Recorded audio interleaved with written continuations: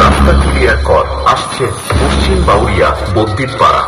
Muharram committee খলিফা শেখ আলমগীরের পক্ষ হইতে সকলকে জানাই মহরমের আন্তরিক শুভেচ্ছা।